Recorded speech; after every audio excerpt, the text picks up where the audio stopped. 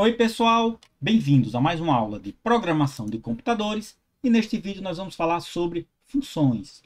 Tá? Qual o objetivo de se utilizar funções na construção de um programa? Então, a gente vai falar uma breve introdução do que são funções de fato, como se usa funções, qual é o fluxo de execução de um programa quando a gente chama uma função e por que a gente deve utilizar funções. Então, inicialmente, vamos considerar que eu tenho um programa muito grande e que eu tenho um mesmo cálculo, que não é um cálculo trivial, realiza algumas operações, em vários pontos diferentes do mesmo programa. Tá? E esse cálculo ele pode ser usado inclusive por outros programas. Por exemplo, o cálculo da raiz quadrada de um número qualquer. O cálculo bastante útil para vários programas, ou mesmo num programa só em vários pontos diferentes, tá? Então existe um conjunto de operações que realiza o cálculo da raiz quadrada, tá? E aí o primeiro problema que a gente tem é, tudo bem, eu posso realizar essas operações em vários pontos diferentes. E aí como é que eu faço para gerenciar a evolução do meu programa? Se eu tiver que alterar o meu trecho de código, por exemplo, por algum motivo, ou por uma melhoria, ou porque eu encontrei um bug, ou porque eu quero fazer de forma diferente, tá? E aí, se a gente colocar o mesmo trecho de código em vários pontos diferentes, a gente tem que procurar e modificar em todo o programa esse trecho. Então, gerenciar essas modificações é uma tarefa complexa. Então, imagine que nós temos programas com centenas de milhares de linhas de código, tá? Dividido em centenas de arquivos diferentes. Então, se eu tiver que fazer uma modificação e eu não estiver organizando as funcionalidades elementares do meu programa em funções, em trechos de código específico, isso aí vai ser inviável. Tá? Então, o que é que a gente faz? A gente cria a função, que é um bloco de código, é um trecho de código, que possui um nome, a gente dá um nome a uma função, e ele pode ser executado em diferentes pontos do programa. Então, a gente chama aquele trecho de código e ele executa localmente, através da chamada, e volta para o lugar onde ele foi chamado. Okay? Então, é o primeiro ponto para a reutilização de código, para a reutilização de um conjunto de operações. Então, uma função, nós já usamos, por exemplo, a função len, int, float, str, type, algumas funções que a gente viu, entre outras, e ela tem uma característica. Normalmente, uma função, na sua forma mais pura, mais simples, ela recebe dados de entrada, ela recebe valores, são informados alguns valores, ela realiza as operações que ela se propõe a realizar e ela gera uma saída, que são valores que ela criou a partir do processamento dos dados fornecidos na entrada da função. Então, essa é a ideia principal de função e se assemelha bastante à função matemática. Tá? Eu tenho parâmetros que eu passo para a função, eu realizo algumas operações, alguns cálculos, e eu retorno, eu finalizo com novos dados gerados a partir das operações que eu fiz. Okay? Então, esse é o princípio da função. Um exemplo do uso da função, uma função que já existe. Imagine que eu tenho um trecho de código para calcular a quantidade de raízes reais de uma equação do segundo grau. Então, eu tenho algumas operações para fazer. E para determinar a quantidade de raízes reais, eu preciso do delta. Então, eu pego lá o meu valor de delta e vou determinar se eu tenho 0 raiz real, se eu tenho, se eu tenho duas raízes reais, se eu tenho uma raiz real, se eu tenho 0 raízes reais. E aí, quando eu realizo a definição da quantidade de raízes reais, eu tenho que calcular quais são as raízes. Podem ser duas, pode ser uma ou pode ser 0. Para calcular o valor de uma raiz, eu preciso extrair a raiz de delta. E as operações de cálculo da raiz quadrada de um número não são operações triviais, é um trecho de código um pouco maior. E eu poderia colocar o trecho de código no meu programa. Eu ia misturar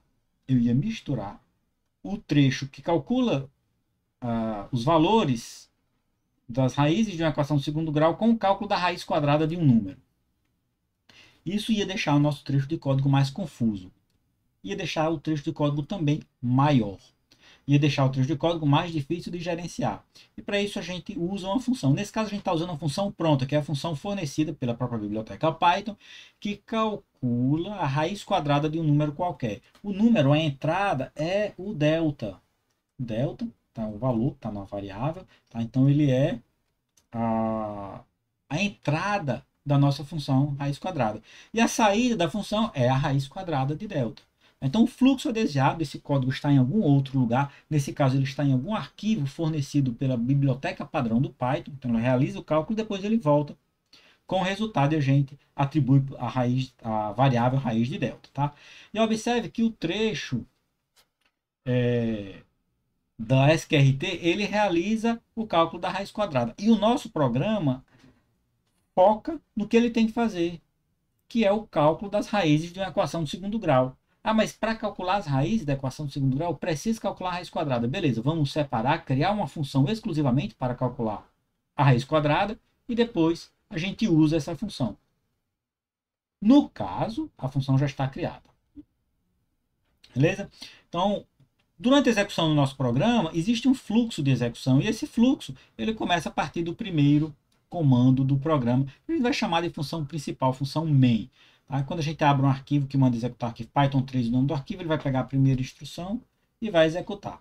E aí, depois de executar a sequência de instruções, tendo ou não if, eu não coloquei nesse desenho os fluxos alternativos, o if, ele vai eventualmente encontrar a função raiz quadrada de delta.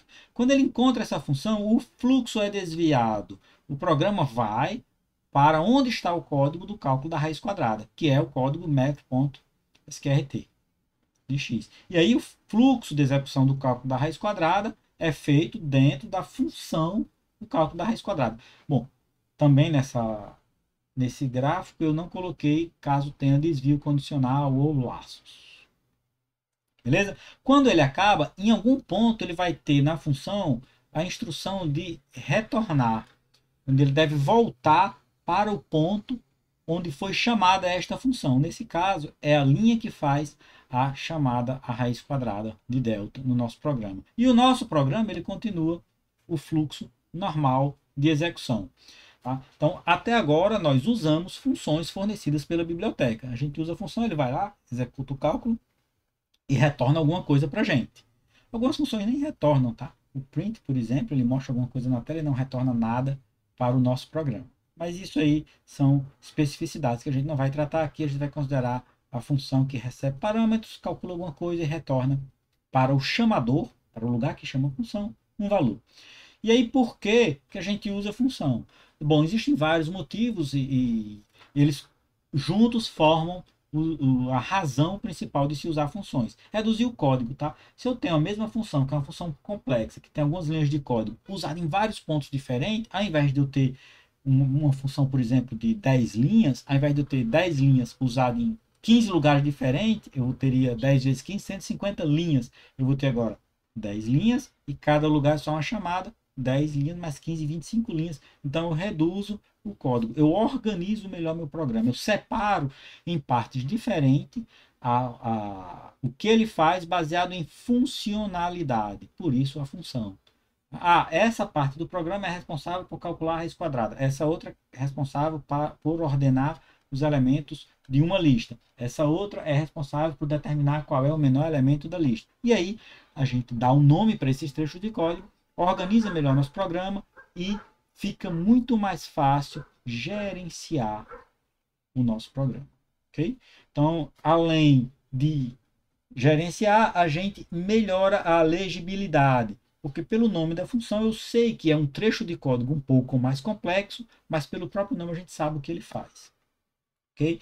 E aí você tem a tarefa de evolução do programa, que é complexo, e normalmente complexo. Nós temos programas de milhares de linhas de código, de milhões mesmo de linhas de código, dividido em centenas de arquivos diferentes. Tá? E aí, para gerenciar, você trabalha com trechos específicos, com funções bem definidas. Okay? A parte de evolução do programa é fundamental o uso de funções. Tranquilo? Então a gente fica por aqui nessa parte de entender o que é uma função. No próximo vídeo nós vamos falar sobre como construir funções em Python. A gente se encontra no próximo vídeo. Até lá!